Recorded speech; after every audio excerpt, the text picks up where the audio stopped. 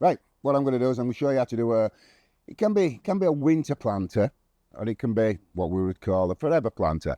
By forever, you're going to get maybe 10 years out of this. But we're predominantly after a nice bit of winter colour. So when you're selecting your plants prior to planting, uh, make sure you've got a nice array of different colours. So we've got a nice grey. So this is it's Carex Glauca, so it's a lovely grey-blue grass, and that'll contrast against the greens. Carex Glauca, again, it can get to maybe 40-45 centimetres. It's beautiful contrasting foliage, blue-grey foliage, which contrasts fantastically well against the backdrop of your other green and variegated plants.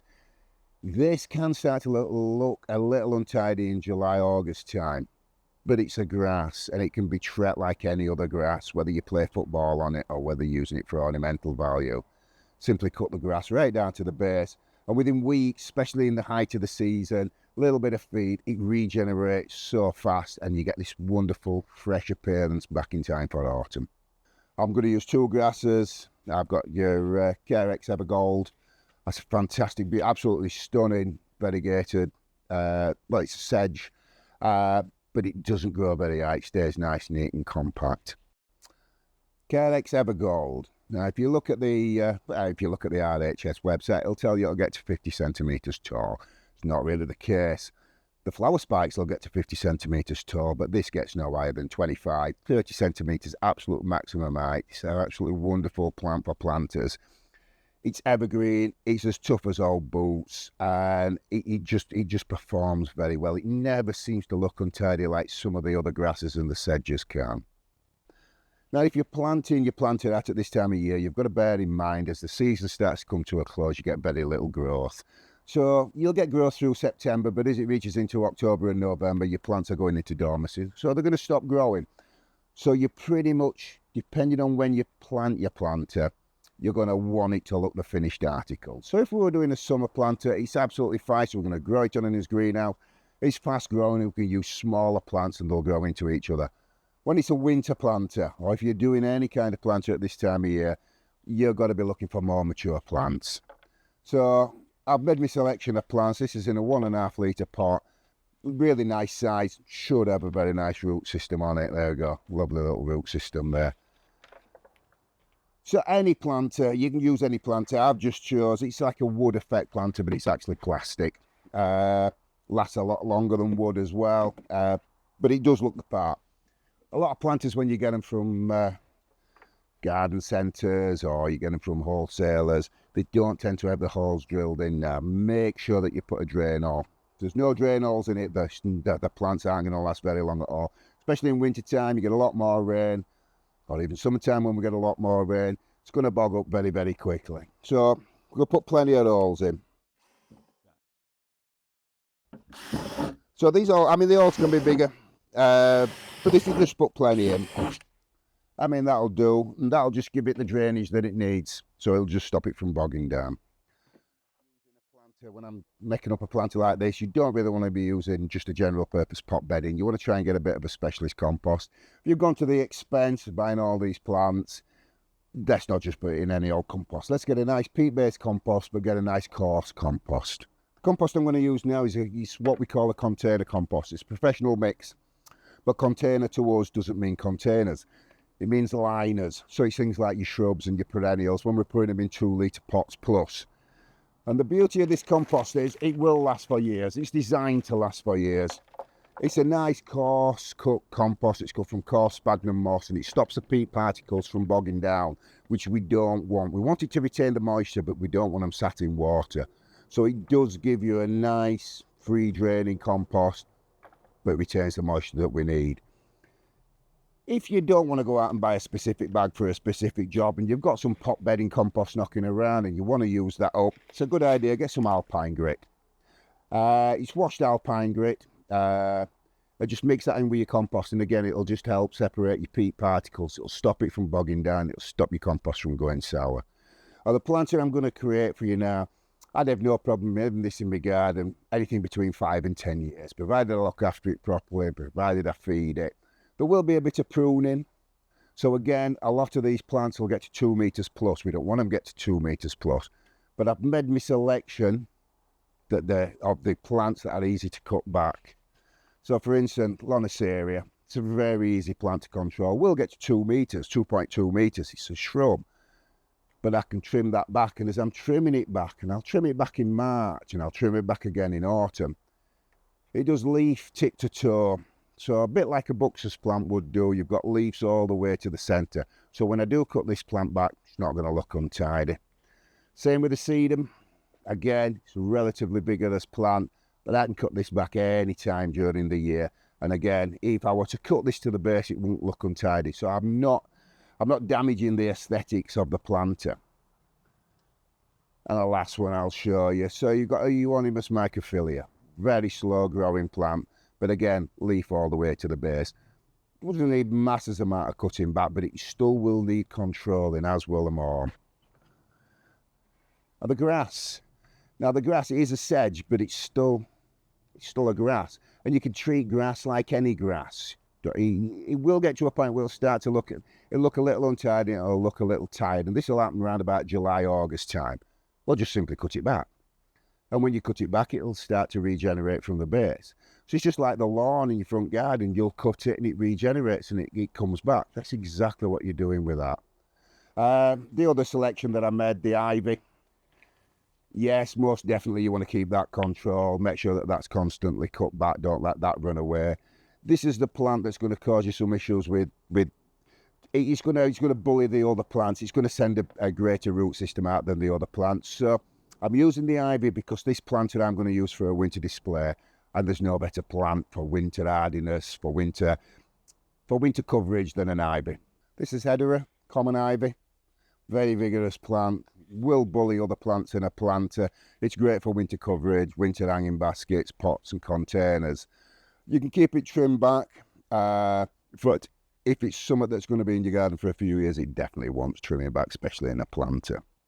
It looks for business, but it can get a little, like I say, it can bully the other plants. So if you were doing a planter and you think, right, this is going to be my architectural planter in the garden, I'm going to keep it for a good 10 years, maybe ivy wouldn't be a good idea.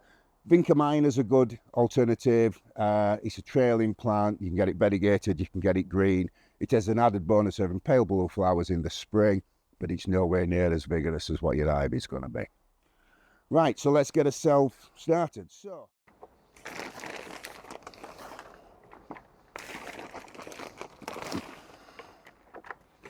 Right, so I've filled my planter about 2/3 to the top. Now, if you've got a very deep planter, you can always fill the bottom up with, you can fill it up with pebbles, you can fill it up with broken bricks, you can fill it up with broken pots. You don't really need that depth of compost. So a good foot or so of compost, because this planter is going to last me a few years. And then it's just getting the pots in. So take the plant out of the pot. Put the pot where the plant's going to be, finally resting within the planter. Same again. Get the ivy out, and the ivy's going on the outer edge. And again, you don't want the compost firming in, so if the pot's a little bit protruding, just take a little bit of compost out. If you've got different size pot, but we don't want that compost too tight. The larger of the grasses, because I'm using 2 grasses, that's going to go in the centre. That's going to be my centrepiece. So all the way around with your pots.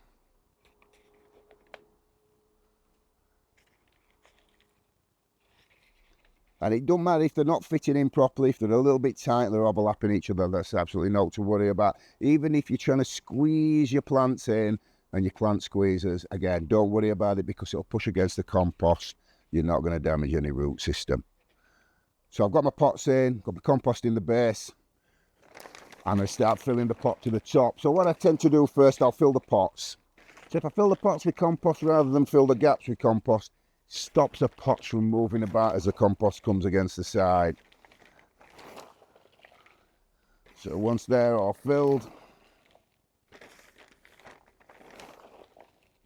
I'll start to go down the sides. So if you notice, just as it's going in the side, it's not pushing these pots around, they're a bit more stable. You can start to take the compost out because this compost is going back in the bag. There we go. Let me just fill this up when we get to the interesting part. So again, if you watch my videos in past, I will keep saying things like, let's not firm the compost down. So you don't want to be pushing it down with the palm of your hands, but you don't want any air pockets. So what you're doing is you're just pushing it in with your fingers, nice and gently, just getting rid of the air pockets, but we don't want it too firm. When you water your planter for the first time, you'll start to get a bit of compression of compost, and it will bed down. And we want it to be free draining, especially in winter. Don't want this planter to get too wet. We don't want it to get too boggy. These aren't bog plants. These need it free draining. Right, so once you've got your planter like that and all your pots in, this is where the interesting part comes. Just take your pot out. And as you take your pot out, you've got an all, there we go, all nice and ready for your plant to go in. And you just work yourself around. My centre plant is going to be the last plant that I'm going to put in, because it's going to sit on top of the planter and it's going to flop over the top of the other plants. Now, because this is, for me, it's primarily a winter planter, I'm going to have it in my garden all winter. I'll probably leave it in there a few years.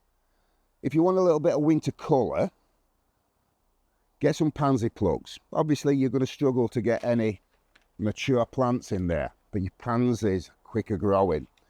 You get some plugs, there's lots of places that sell plug plants, and you can just place them in and they'll grow in between. It just gives you a nice little bit of winter colour. They can be removed, and you can do exactly the same in the summer if you just want to dot a little bit of colour in around them. Geranium plugs are ideal, but obviously when frost has passed in the summer, you can dot them in between. This is a seed and winter lemon. It's a rockery plant, for want of a better word, an alpine and a rockery plant. It's fantastic for winter planting because as the weather starts to get a little cold, you just get these little tinges of red, and the little tinges of red against the green backdrop is absolutely fantastic. This is quite a vigorous plant, so it does need control. You'll want to cut it back. Well, you can cut it back several times during the season. But again, it's a plant that I've chosen because you get the foliage tip to toe, so it doesn't matter where I cut this plant back, I'm still going to get foliage. So I can cut it back on a Monday, and Tuesday morning it doesn't look untidy. If you were going to put hebes, for instance, in and you cut them back, they'd look very woody and very untidy for a week or so before they started to regenerate back. So it's a specific plant that we've chosen for a specific job. Exactly the same on the Lonoceria and Euonymus microphylla. Foliage from tip to toe, doesn't matter where I cut this plant back, it's still going to give me some green coverage, and it's always going to look nice. So again, I've actually put that one in the wrong pot, so that were a 2 litre pot and a 1.5 litre plant, so I've got a little bit of a gap there. And then finally, my centre plant. So the reason we do this last is this one's going to overhang, and there we go. So if this is a winter planter you're doing, it can pretty much go into the garden now. And it looks the business already, because we're not going to get any growth on these come October, November, December. All the plants that we've chosen, very tough, very hardy, and they'll survive even the most of severest of winters. And you've got the added bonus that can sit in your garden for years to come. Again, when you're feeding, now when you're watering and you're feeding, again, if you watch videos in past, big believer in feeding, but you only feed within the season. So there's enough feed within most good quality compost to last about 6 weeks before you start the feeding process. And if you are growing your spring stuff, it's in your greenhouse for 6 weeks, so there's no feeding as you're growing, it's only when it comes out to its final resting place. This is slightly different. So have enough feed in there for 6 weeks. Keep it watered, keep it nice and wet. But by that time, winter's approaching. And by the growing season, it's a good indicator. Your growing season is from when your daffodil flowers to your last leaf falling off the tree, your plants are growing. Anything outside of that, your plants are going into dormancy. No need for feeding whatsoever. No need to massively water them. You just got to keep an eye on them. make sure that it doesn't dry out completely. If we have a dry winter, just make sure that you're going out into your garden, making sure that you're looking after your stuff and make sure that you're giving it a bit of water. But as a rule, most winters tend to have a lot of rain, so it's very minimal maintenance that you have to do on it. Following spring, give it a little tidy up. Any sort of winter damage, which shouldn't be a great deal of winter damage on the plants like this. As soon as your daffodils start showing, let's get a little bit of feed in it. And then as for maintenance through the season, it's just keeping things trimmed back, making sure that things don't run away, don't overtake. If you are doing a display that you want it to last many years, maybe ivy's not the right choice. I did mention that before, but if you want a bit of trail on it, there's vinca minor, or even a thyme, an evergreen creeping thyme, that would do exactly the same job as that. So that's it. That's my winter or architectural planter.